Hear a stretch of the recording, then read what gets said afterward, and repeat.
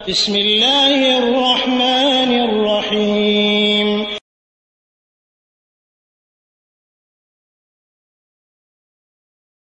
ওয়ালাইকুম রহমতুল্লাহি ওয়া বারাকাতুহু। মানুষ মারা যাওয়ার পরে গোসল দিয়ে কাফন পরানোর পরে কিছুক্ষণ সময় হয়তো দেরি হয়ে যায়। তো আমাদের এক ভাই প্রশ্ন করছেন যে এই যে একটু সময় থাকে, এই সময় লাশকে নিয়ে কি করা যেতে পারে? কোনো কিছু এখানে করার কিছু নাই, কোনো কিছু করার কিছু নাই। হয়তো লাশের মুখটা খুলে রাখলেন, যারা দূর দূরান্ত থেকে আসলো হয়তো তারা দেখতে পারে, দেখার অনুমতি রয়েছে। দেখা লাশকে মানে আপনার কাফন পরার পরেও কেউ যদি দেখতে চায় তাহলে দেখতে পারবে, এর অনুমতি রয়েছে। সুতরাং এই কাজটাই করতে পারেন যে দূর দূরান্ত থেকে যে কেউ আসছে, কেউ যদি লাশটাকে দেখতে চায় তো দেখতে পারবে। এছাড়া তার আর কোনো এখানে আনুষ্ঠানিকতা নাই। বরং নবী সাল্লাল্লাহু আলাইহি ওয়াসাল্লাম বলেছেন যে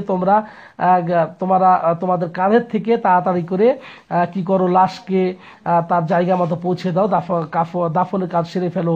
সে যদি জান্নাতি হয় তাহলে তাকে তাড়াতাড়ি তার গন্তব্যস্থলে পৌঁছে দাও, আর সে যদি দোজখী হয়, জাহান্নামী হয়, তোমাদের কাঁধ থেকে তাড়াতাড়ি তাকে সরিয়ে ফেলো।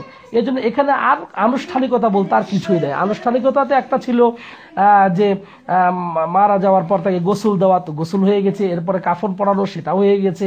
এরপরে আর কোনো নয়, বরং তার জন্য দোয়া ইস্তেগফার করবে। মানুষ মারা গেলে তার জন্য দোয়া ইস্তেগফার, কিন্তু ওখানে বসে কোনো আনুষ্ঠানিকতা ভাবে দোয়া নয়। যার যার মনে তার জন্য দোয়া করতে পারে, যার যার মতো করে সে দোয়া করতে পারে। জাযাকাল্লাহ খাইর।